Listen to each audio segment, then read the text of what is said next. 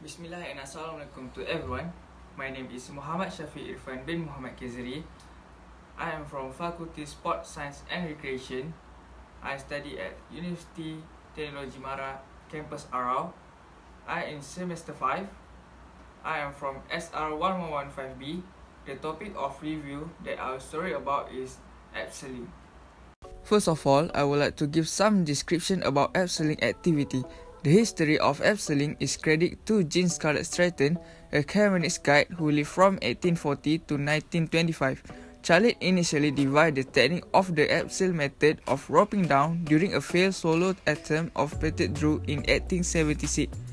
After many attempts, some of them solo, he managed to conquer the Petit Drew in 1879 in the company of two other guides, Prosper Payet and Frederick Foliguet. During the ascent, Charlotte perfected the abseil. Next is introduction of abseiling, which is rappelling in American English is the controlled descent down a rope. Climber use this technique when a cliff or slope is too steep and or dangerous to descend without protection. The definition of abseiling is a descent down a nearly vertical surface by using a double rope that is coiled around the body and attached to some higher point. Abseiling is involved descending vertical features, both natural and man-made, using rope and descending device. Compulsory equipment need for abseiling activity, which is commenter rope, shoes, helmet, and also glove. Next is equipment that used for abseiling activity. The first one should be a rope, which is there are two types of rope, which is dynamic rope and static rope. Next, helmet to protect the head from bumps and falling rocks, and also glove protect hand from the rope and from hit the wall. Next is shoes or boot, which protect from slippery and good grips. Next is harness, which is one of the most suggested equipment. It is often used around the waist to secure the descender. Next is belay device. Act as a brake on the rope by applying friction to it. The device plus the belayer's quick brake hand. Next is figure 8 belay device. It's a piece of metal and usually an aluminum alloy in the shape of an 8 with one large end and one small end. The last one is descender. Are designed to help regulate friction and control descent on the fixed rope. They allow a worker to position himself at any point on the rope. So this is the equipment that used for abseiling activity. Next is the anatomy of commenter rope and harness. Commenter rope in German, Kern is core and mantle is sheet. Is rope constructed with its interior core protected by a woven exterior sheet designed to optimize strength, durability, and flexibility. The core fibers provide the tensile strength of the rope, while the sheet protect the core from abrasion during use. Anatomy of a climbing harness. We have gear loop, tie-in loop, leg loop, riser, belay loop, buckle, and waist belt. Next is the rope scale. Commenter rope should be inspected before and after every use for any form of damage. Boogers, which indicate internal damage to the kern, appear as tufts of white thread poking out from the mantle. Rope that have been severely stretched has tapered sections which are visibly or palpably thinner due to crushed or parted incomplete core strength. Part core strength no longer provide full strength to the rope, and if not tightly braided, tend to withdraw from the damaged with use, twisting and kinking toward the undamaged end. Rope that has been abraded or cut on sharp edges should be examined closely by an experienced user, who may choose to cut the rope at that point rather than risk it parting at that location. A rope can be cleaned by forming it into a chain synet to prevent excessive tangling and washing it in front-loading closed washing machine with soap flat. Strong cleanser, including bleach and detergent, should not be used on life-critical nylon component. Commercial rope cleaning devices are also available but must be used carefully to avoid kinking the core strength. Next is the proper technique of abseiling. I will share a video that shows the proper technique of abseiling, so watch the video.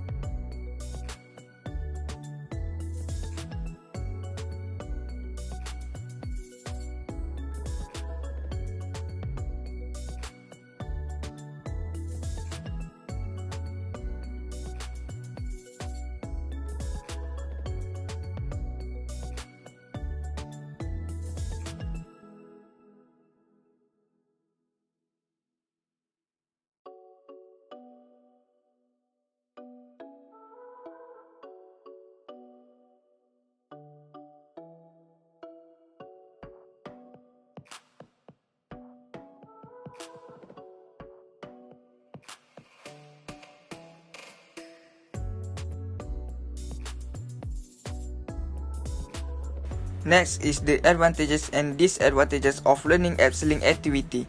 The advantages of abseiling is improvement of observation and social skill, and also improve physical and mental health. While for the disadvantages of abseiling activity is environmental condition and equipment failure.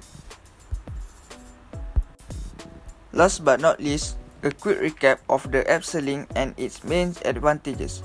Those are the basics of abseiling, a broad overview of the equipment and techniques that you will need to perform the abseiling activity. It is always better to take time to train and practice about abseiling so that you are prepared and more confident to do the activity. For sure, proper preparation will allow you to completely have a great experience during the activity, and you also can discern natural beauty and enjoy the outdoor. That's all from me. Thank you and have a nice day.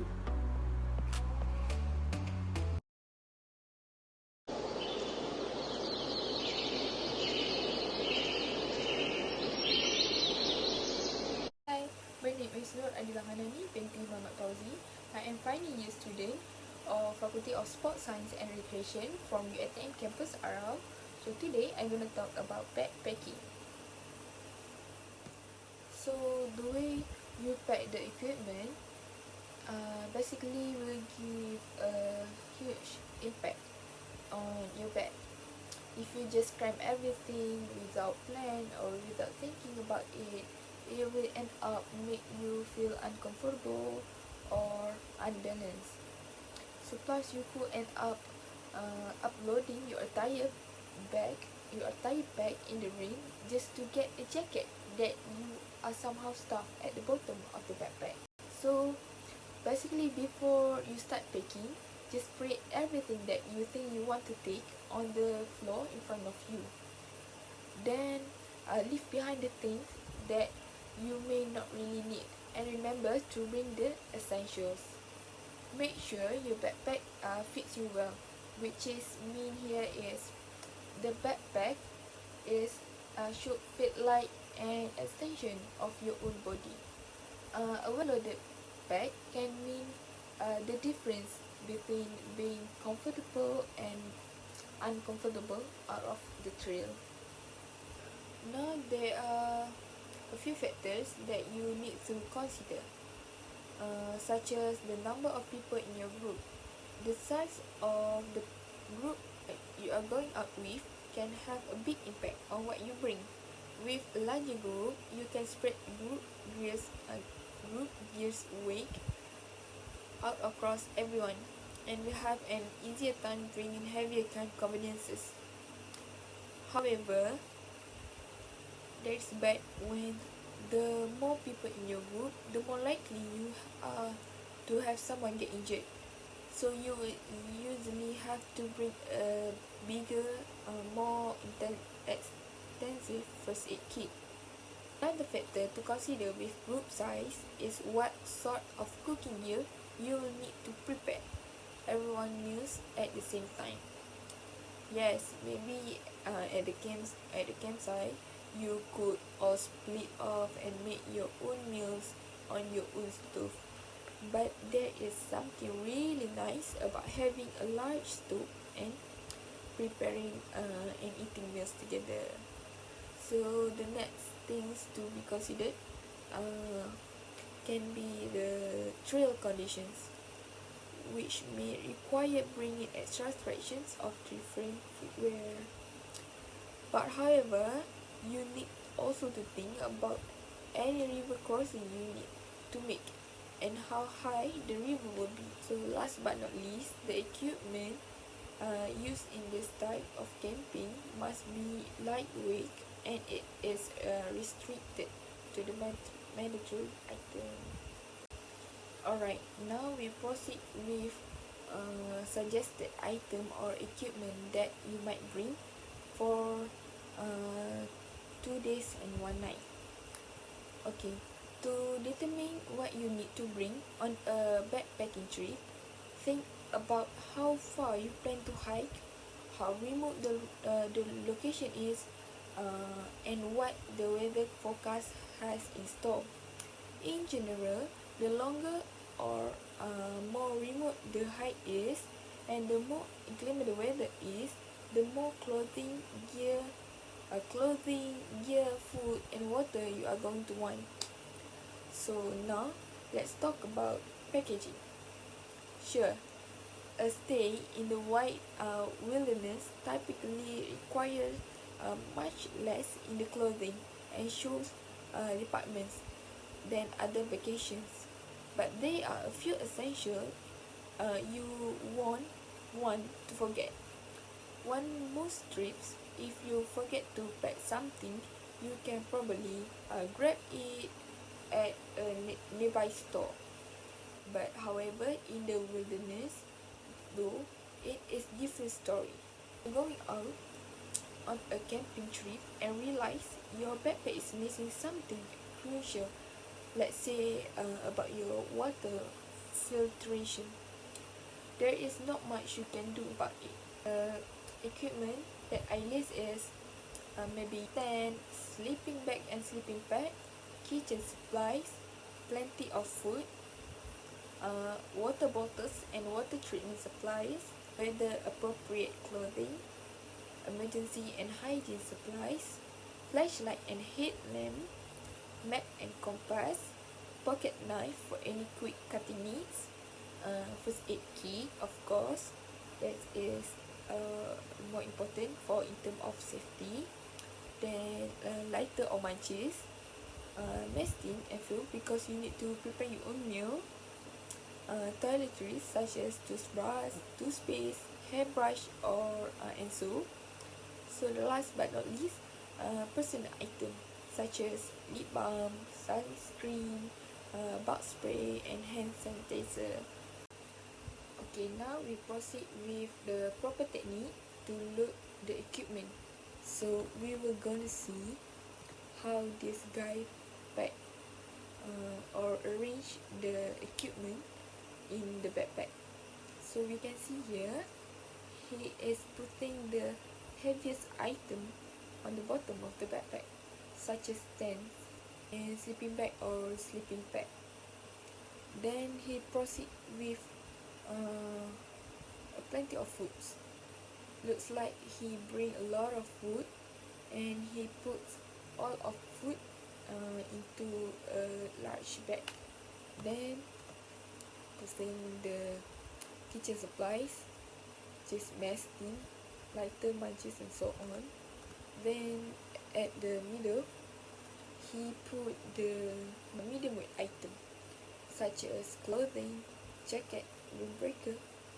Then at the top of the backpack, he put the lightest item such as toiletries, his belongings such as money or passport, license. That is something that important and easy to reach. Now he is showing this is the lightest thing. So it is includes a cable, a lighter, a headlamp, power bank, rope, earphone, knife for any quick cutting needs, and so on. We can see there he is putting all of these things at the top of his backpack. All is done. Now you get the balance and the comfortable backpack. However, there are different technique on how to backpacking. There is on trails and off trails. What is on trails? On trails is the track you are hiking is already exists. It is quite easy because there is no obstacles. You just need to follow the existing track that have been made for the hikers. The arrangements of the equipment is the lightest item, like sleeping bag, will be on the bottom of the backpack. As you can see here, that things will be on the zone 1. Then we proceed with medium weight, like first aid kit will be on the middle, which is zone 2. And lastly, the heavy items like tent will be on the top at same level with your shoulder, which is at zone 3. Then off trail. What is off trails?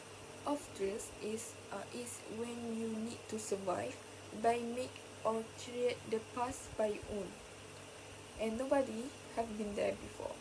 It includes cut down bushes. There is no trails at all. For off trails, the heaviest item will be on the bottom, zone 1, while medium weight will be on the middle, zone 2, same as trails, same as on trails method. And lastly, the lightest will be on the top of the backpack, which is zone 3. Okay, now guys, we will talk about the advantage. The advantage of proper loading. They include stay organized. Stay organized is a quality backpack will have enough room to carry your important essentials and enough pockets and compartments to help you stay organized throughout the day. A well-organized backpack can make your life tend to far easier because the things you carry is easy to find and reach. A good backpack will save your time and stop you from losing track of your things. Last but not least is disadvantages of improper loading.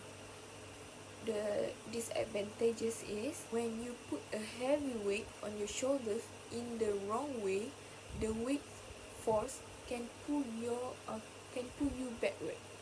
To compensate, you may bend forward at the hip or arch your back. This can cause your spine to compress unnaturally. For your information, people who carry heavy backpacks in the wrong way sometimes lean forward. This can cause the shoulder to become rounded and upper back to become curved. Because of the heavy weight, there is a chance of developing shoulder, neck, and back pain. I can conclude that on not using a backpack properly can lead to bad posture. Okay, now guys, we are at the end of my presentation. What I have been talking about is how important to arrange your camping equipment, a factor that to be considered. Besides that, I have suggest a lot of items that you can bring for 2 days and 1 night trip. Other than that, the most important part is the proper technique to loading camping equipment in backpack for on trails and off trails. Last but not least, I have told you about the advantages proper loading and the disadvantages of improper loading.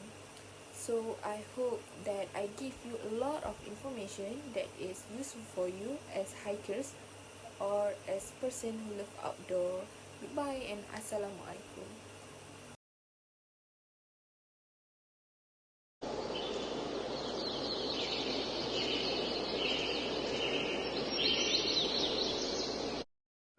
Assalamualaikum warahmatullahi wabarakatuh. My name is Amin Syamki bin Ahmad from Faculty Sport Science and Recreation, Campus UiTM Arok, student ID 2018-2205-28 from class RSR 1115B, semester 5. Okay, today I'm going to make a topic of review from subject SPS133 of the recreation, where my topic is kayaking. Introduction to kayak. Kayak is a boat that is based on traditional kayak. It is kind of boat that is a slim and small size, also a lightweight narrow boat that has both ends that brought to a point and being pushed by a double brake pedal. Kayak also come in variety of size and types. Different kayak designed to handle specific condition. It also able to withstand tough condition and violent water. Typical kayak are made of wooden frame, fiberglass and plastic. Kayak is one of the style water sports that can be done in practically any body of water. Next is history of kayak. Okay, so kayak was originally invented by Inuit and Inuit society and Arctic North America people, and it was created over 5,000 years ago for hunting and fishing. Kayak is built from whatever materials that are available for construction, included whalebone, sealskin, and animal hides. A layer of rendered down whale fat were used to make the kayak waterproof. As you can see here, there is 3 types of kayak, which is first one is slalom, mandesta, and otter sport.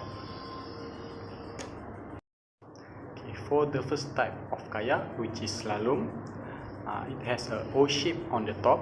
It has curved hull, sharp on the bow. The length of the kayak is about 6 meters, easy for Eskimo roll technique.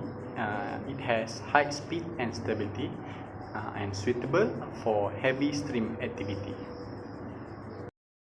Okay, for the second types is mandesta. It has a V shape at hull, help to make it easier to resist the stream or current of the river or lake, it is hard to control and suitable for tournament, suitable for rivers and lakes that wide and large. Okay, so for the last type is otter spot.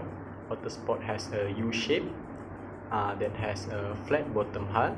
It is very stable and easy to balance, so it's very recommended for the beginners. Okay, as you can see, this is a prototypes of kayak that I was created along with the label of equipments. So this is the view from the side, and this is the view from the above, and this is the prototypes of kayak that I was created with the label of equipment. Next is five type of PFD. So what is PFD? PFD is personal floating device. Also we refer as life jacket, life preserver, and many more. Okay, so there are 5 types of PFD. Types 1 is offshore life jacket. It is over 20 pounds of buoyancy and designed to turn an unconscious person face up. Okay, types 2, shore buoyant vest. It is minimum 15.5 of buoyancy, designed to turn an unconscious person face up. Type 3, flotation aid. It is minimum 15.5 pounds of buoyancy, not designed to turn an unconscious person face up, and it is more suitable for water sport. Okay, next is type 4, throwable device, minimum 16.5 pounds of buoyancy, designed to be grasped and not worn. Type 5, and the last one, special use life jacket. It must be used in accordance with any requirement on the approval level. Now I want to show you 3 types of rescue in kayak, which is X rescue, H rescue, and high rescue. So this is demonstration of X rescue.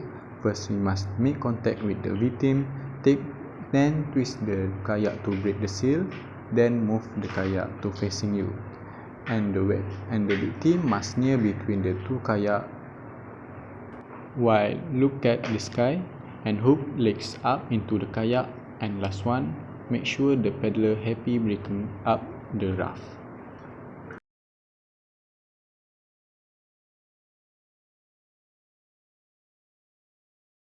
Next is H rescue.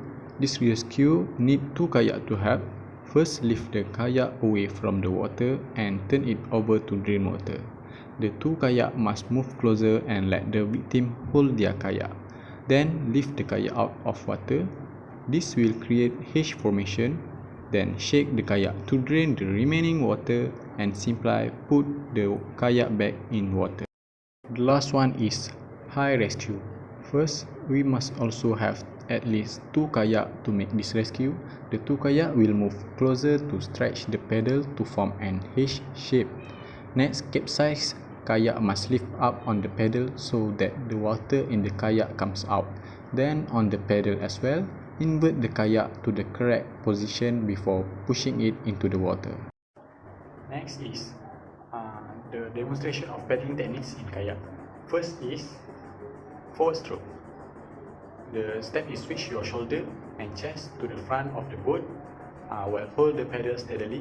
Then place the blade in the water just below your feet at the boat. Stern with the paddle in the water horizontally. Initiate the forward stroke by pulling the blade backward. Next, you must enable parallel running alongside the boat with the paddle stroke and use power on the pedal to guide which way you want to go. Okay. Next is backstroke, that is opposite of forward stroke. Put the pedal behind you while keep the blade vertically. Put the blade in the water and push the blade forward. Bring it back to the feet. This will propel the boat backward. Next is forward sweep. First place the pedal up near your toes. Keep the shaft nice and horizontally. Put the blade in the water and pull it back with a little power pull, and the kayak will spin depend on your direction. Next is backward sweep. Start at the back of the boat and place the blade behind your seat and push forward. your blade with little power and the boat will rotate. Now I want to show you a few techniques, few signals in kayak. First is stop. Second is call up for rafting.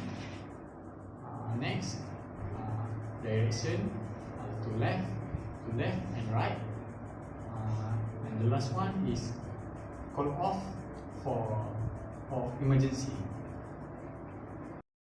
Next is the kayak formation. There are 4 types of kayak formation, which is single line, double line, diamond and a breeze. First formation, single line. This formation for make forward movement at the same time. For double line, if the line too long, make it 2. Also, this formation can see each other. Next is diamond. It is more to rescue when other paddler in condition beyond what they can control. And the last one, a breeze. 2 or more people are next to each other and moving same direction. It is good for tell information. Now we go for advantage of learning safety tips in kayak. Okay, first is we can have knowledge about types of kayak that suitable for river, lake or sea. Also, we can identify types of personal flotation device (PFD) that suitable for kayak sport. And the last one is we will be more efficient when involved in kayaking because already known the basic of kayaking. For the summary in kayaking, kayak is a boat where paddler faces forward and using double-bladed paddle and legs wheel in front of the kayak. Kayak also category as recreational activity and competitive sport. It is more complex than riding a boat. Kayak also can be do on sea, river and lakes. We also can get many benefit and knowledge in kayak.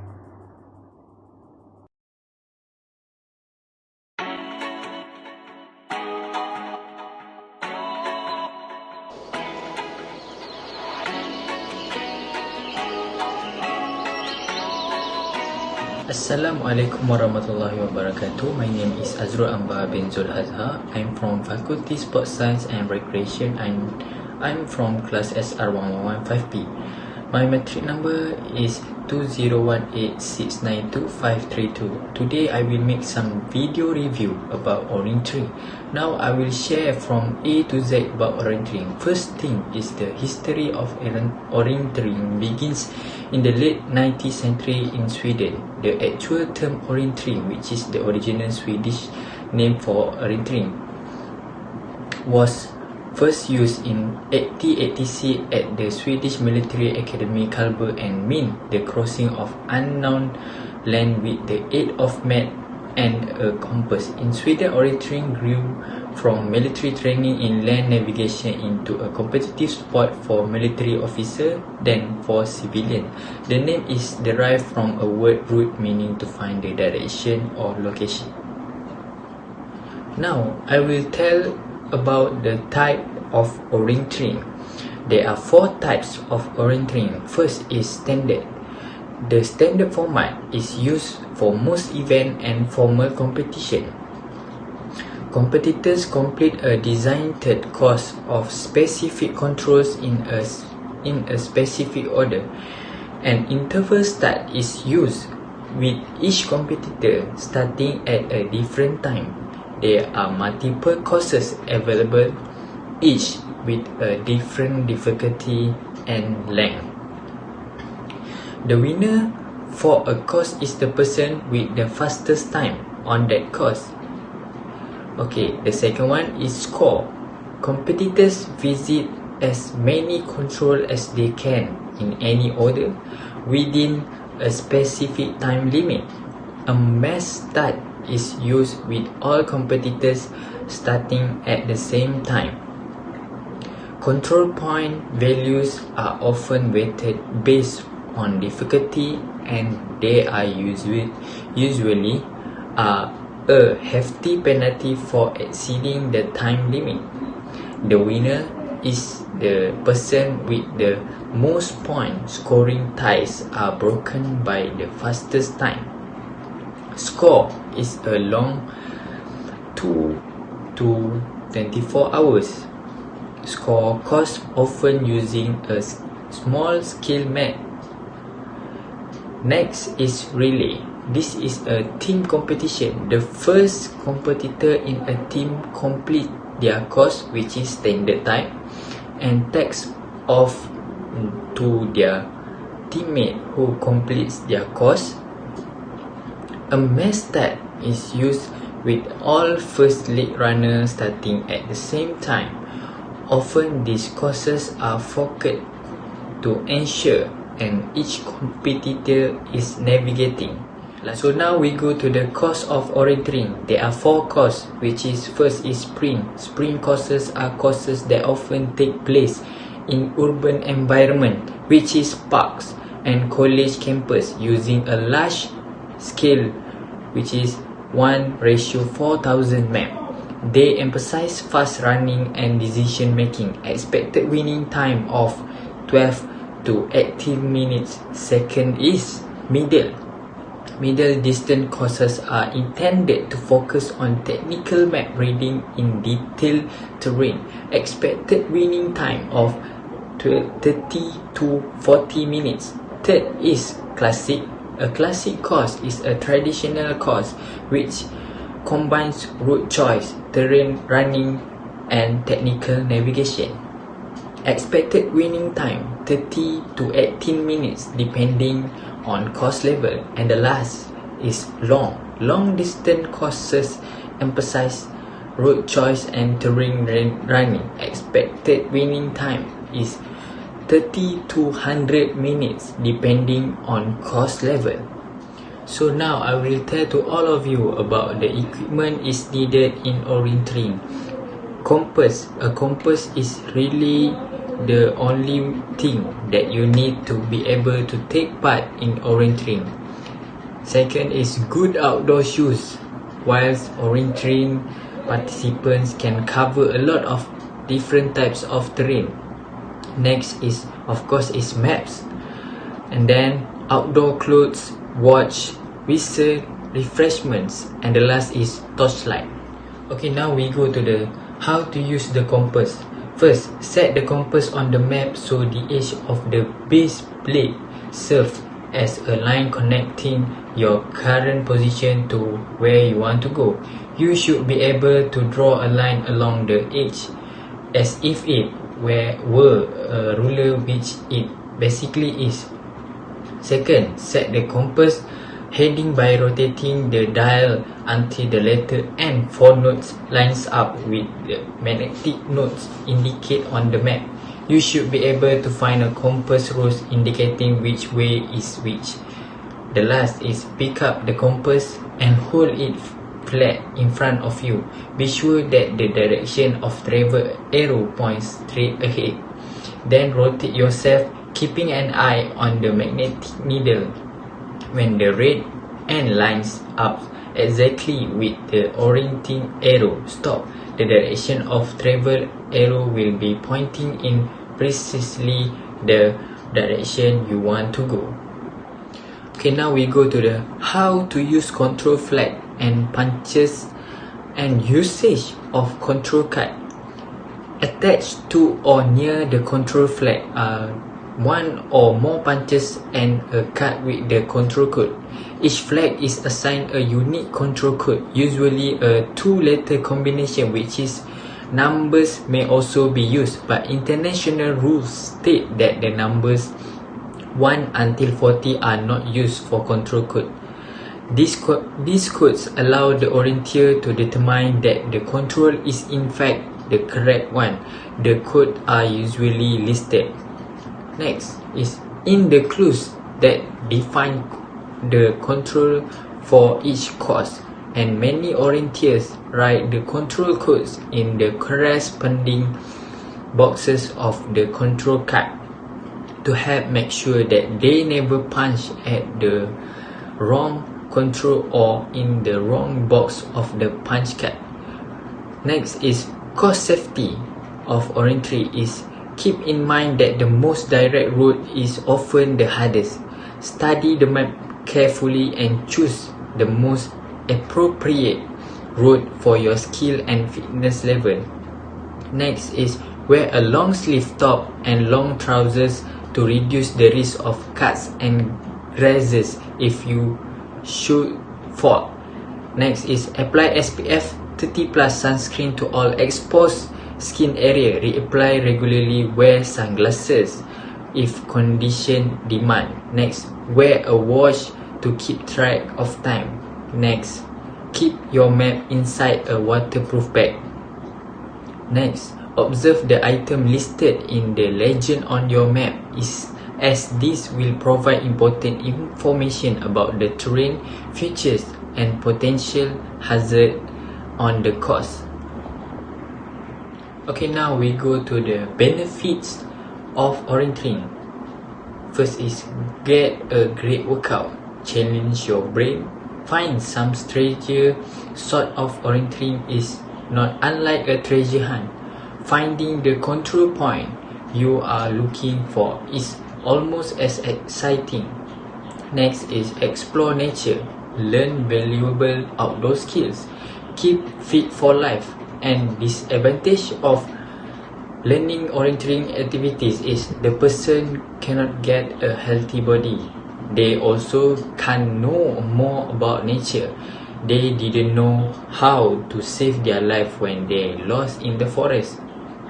So now we go to the event formats. Two other event formats that are often used are Score O and Sprint O. Score O and orienteering event where participants are given a time limit, usually 1 hour, to collect as many controls as possible in any order. Controls typically each have a point value, with more remote locations have a higher value. Orienteers who exceed the time limit will incur penalty point. Next is Sprint O, a very fast-paced orienteering event usually organized in an urban area or non-technical terrain such as a park or university's campus. Controls are relatively easy to locate, with good route choice and running speed being the deciding factors in achieving the fastest times. So the last part is summary. Student practice basic compass and navigation skill. This lesson includes experimenting with the construction and use of homemade compass and introduction to cardinal direction, presented as degree bearing on a modern compass and the establishment of a personal 100 pace count. Students apply this skill in small groups to complete a basic ecologically themed orienteering course, which is with the guidance of high school leaders. This activity is the best activity that people must try because of many advantages that they can get from learning this activity, which is orienteering. That's all from me. Thank you.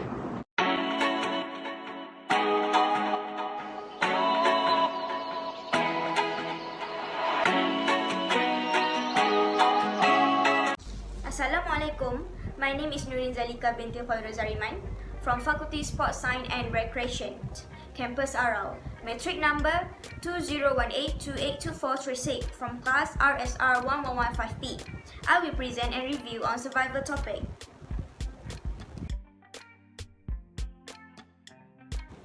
First of all, what is survival? Survival is the state of fact of continuing to live, typically in the spite of an accident or in difficult circumstances. Also, survival is the ability to survive in any conditions or any situation for a long period of time. Survival can also be interpreted as a technique in the face of various threats, in the woods or etc. The implication of consume wild plant without practicing is very dangerous. It can lead you for being poisoned and worse, die. The advantages on conducting the correct technique is you can avoid from being poisoned, can identifying which plant is poisoned or not, and you also get more knowledge on wild plant.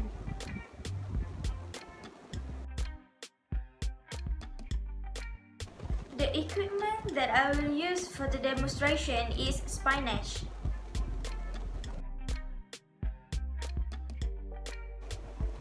Testing plant can be dangerous.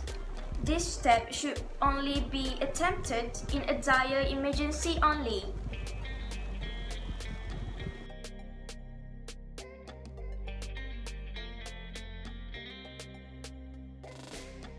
Step 1. Find a plant that is plentiful. Find plants that are plenty available to search. You don't want to go through the rigorous process of testing a plant if there's not a lot of it to eat.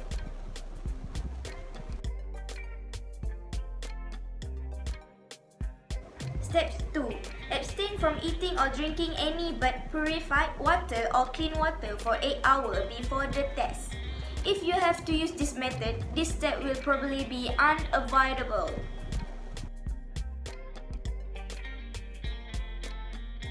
Step 3. Separate the plant into parts. Some plants have edible parts and poisonous parts. In order to test if a plant is edible, you must separate it into the leaf, stem and root, and test each part separately for edibility. For the safety and cautious, use the leaf section for tested.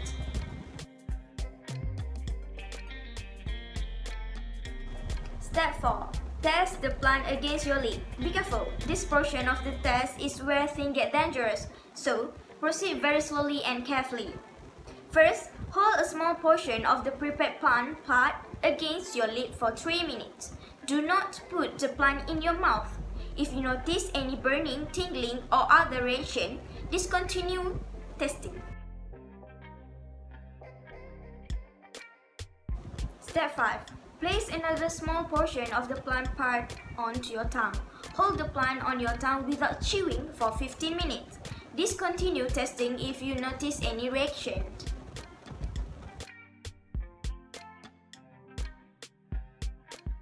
Step 6. Chew the plant and hold it in your mouth for 15 minutes. Chew the plant well and do not swallow. Discontinue testing if you notice any reaction at this point.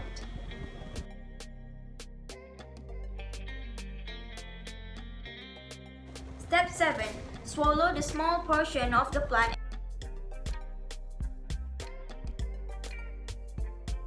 and lastly wait 8 hours.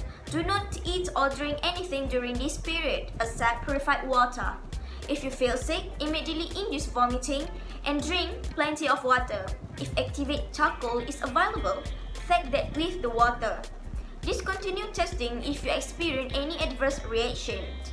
Begin a new test if the plant part you have chosen fail any of the tested.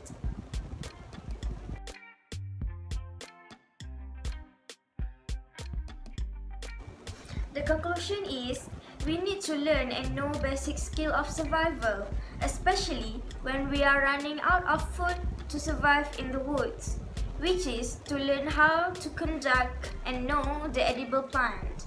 This will give you a huge advantages when you learn this, especially when you were in the emergency situations in the woods. That's all from me. Thank you and stay safe.